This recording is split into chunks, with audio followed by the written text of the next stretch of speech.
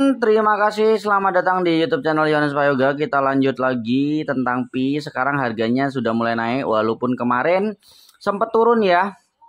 Nah, buat teman-teman yang tahu fundamental pasti akan tahu alasannya kenapa dia seperti ini ya. Oke, kita ambil contoh kalau masalah technical dulu ya. Technical dulu, dari sini kelihatan bahwa ada trendline yang sedang ditembus sehingga dia naik seperti ini ya. Di sini ditembus. Oke, dari sisi technical maka dia akan naik. Biasanya akan melakukan sebuah koreksi, teman-teman. Naik seperti ini bukan berarti akan terus naik, cuman bisa jadi namanya koreksi itu bisa turun ke sini ya, bisa turun ke sini. Terus habis itu baru naik lagi. Oke, itu koreksinya. Kalau kita menggunakan namanya Fibonacci, di sini ada nggak ya? Nah, Fibonacci retracement kita bisa ambil dari sini ke atas sini teman-teman ya, ke teratas. Nah, ini adalah Fibonacci-nya. Kalian kalau kelihatan di situ bahwa biasanya setiap pergerakan, oh sudah selesai ya. Bentar. Kegeser kawan-kawan. Nah, gini. Oke, biasanya koreksi itu akan ke namanya 61. Tapi ternyata saya baru lihat ini udah tertinggi, udah pernah turun menginjak 61 teman-teman. Sehingga dari sisi tekniknya dia akan kembali naik. Nah, biasanya kalau naik begini teman-teman, itu Fibonacci-nya dibalik ya. Fibonacci-nya dibalik. Nah, kalau saya sih gitu ya. Fibonacci-nya kebalik. Sorry. Bentar. Oke, nah ini ya apa ngapus satunya. Oke, gini. Sebentar aku juga masih. Ini dia. Oke. Nah, ini Fibonacci dibalik dari high ke low. Kita ambil dari high ke low. Biasanya teman-teman target untuk kenaikannya kalau memang dia bisa menembus yang namanya poin ini ya, tertinggi, itu akan mengejar ke sini teman-teman, minimal ya ke 1,138. Tapi kalau tinggi dia kenaikan dan volumenya itu dari sisi market capnya tinggi, itu bisa naik yang namanya bentar, ada komen naik biasanya ke 1,618 ya, biasanya naik ke situ karena dia sudah mulai koreksi begini, terus habis itu biasanya naik ke sini dan targetnya adalah 1,618. Berarti 1,618 itu di mana? Itu di sekitaran 2,3 dolar ya, 2,3 dolar. Ini masih dalam beberapa hari ya, satu hari ya, anggapannya satu hari. Nah, sekarang kalau masalah fundamental itu ada tweet dari P-Network teman-teman. Dari P-Network, kenapa kok bisa dia itu naik? Karena ada dari tweet P-Network jam 6 pagi ya, jam 6 pagi. Itu P-Network kalau kalian baca di sini menegaskan bahwa yang ada di Tiongkok dan Bybit itu tidak ada hubungannya sama P-Network gitu ya. Intinya saja ya, tidak ada hubungannya sama P-Network, sehingga P-Network ini menegaskan bahwa kelompok-kelompok yang ada di Tiongkok yang sedang menipu dan dijadikan MLM gitu ya, dijadikan Ponzi, yang dikit-dikit harus bayar, ikut seminar bayar, ikut ini harus bayar, mungkin masuk grup aja bayar, itu sama P-Network ditegaskan bahwa bukan urusan P-Network. Ya, bukan urusan P-Network dan tidak teraliansi oleh P-Network. Di sini sudah dijelaskan semuanya. Oke. Terus satu yang mau saya tegaskan juga tentang QYB. Oke, memang benar kalau di website QYB itu terdaftar yang namanya OKX dan segala macam.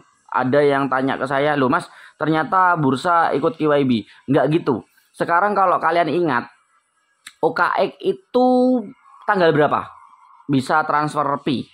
Tanggal 14 kan. Nah, QYB sendiri formnya yang ada di P-Network, form QYB itu tanggal 19 teman-teman. Berarti kan formnya belum keluar tapi OKX sudah masuk gitu ya. Memang agar lebih terpercaya bisa masuk di websitenya QYB-nya gitu ya. Jadi secara otomatis bahwa QYB-nya itu itu kalau bentuk bursa itu sudah langsung ke core team, bukan masukkan form, alamat dan segala macam, dokumen, enggak seperti itu konsepnya. Ya. Bukan berarti ketika KYB dimasukkan ke website KYB dia harus KYB, enggak kayak gitu konsepnya. Jadi kalau bursa itu cukup memasukkan namanya jaringan, setelah itu biasanya sama yang saya tahu itu bursa yang waktu itu Binance dari jaringan kripto ya. Nanti jaringannya yang layer 1 itu dimasukkan ke dalam bursa. Nah, dalam bursa itu akan diproses langsung ke listingnya dan harga awal yang berikutnya akan ditampilkan sebelum listing. Kayak gitu. Jadi bentuknya itu kayak kerjasama antar satu bursa dengan project. Sepertinya. Biasanya kayak gitu. Nah, itu alasannya kenapa kok tanggal 14 sudah bisa deposit ya. Terus tanggal 15 atau tanggal 16 ya. Tanggal 15 atau 16 itu bisa ditarik ulang ke namanya P-Wallet dari OKX, bisa ditarik ulang ke P-Wallet. Terus KYB formnya itu tanggal 19. Padahal kalau memang itu ikut KYB berarti kan harus nunggu tanggal 19 form dari P-Network itu keluar untuk pendaftaran KYB. Nah, kenapa kok tanggal 14 sama 15 sudah bisa tarik sama deposit menggunakan P-Wallet?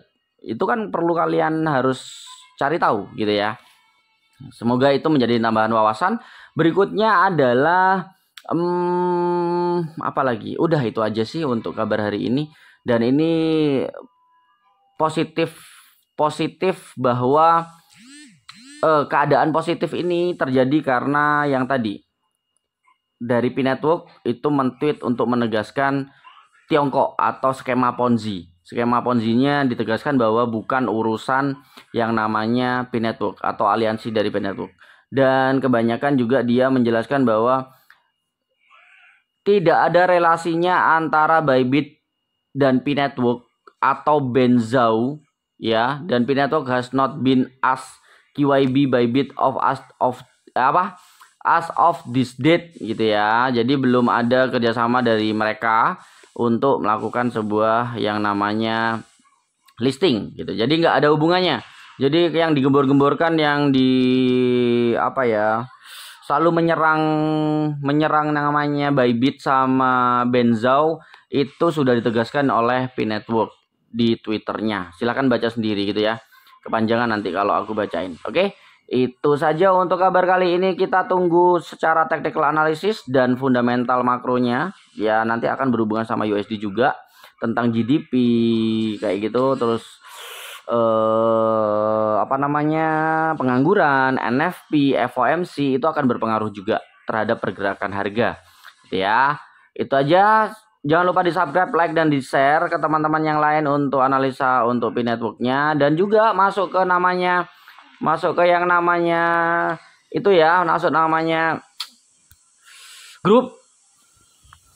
Masuk ke namanya grup yang di dalamnya adalah Pioner Maju. Silahkan kalian teman-teman masuk ke grup dengan alamat t.me Pioner Maju. Di sana nanti kita akan sharing-sharing tanya-tanya dan bagaimana kita lebih mengenal namanya P-Network.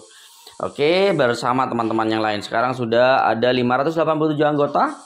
Kita sharing-sharing di sini dan ini saya balas semua dari sisi pertanyaan-pertanyaan. Semoga teman-teman juga bisa menambah wawasan di dalam sana. Oke. Itu aja. Terima kasih. Mantap mentorku ya. Ya makasih sama-sama. Terima kasih penjelasannya Mas. Sama-sama mantap penjelasannya. Oke. Jadi saling sharing. Gitu aja yang bisa saya jelaskan untuk video kali ini. Kita tunggu kabar-kabar berikutnya di P-Network. Oke. Bye bye.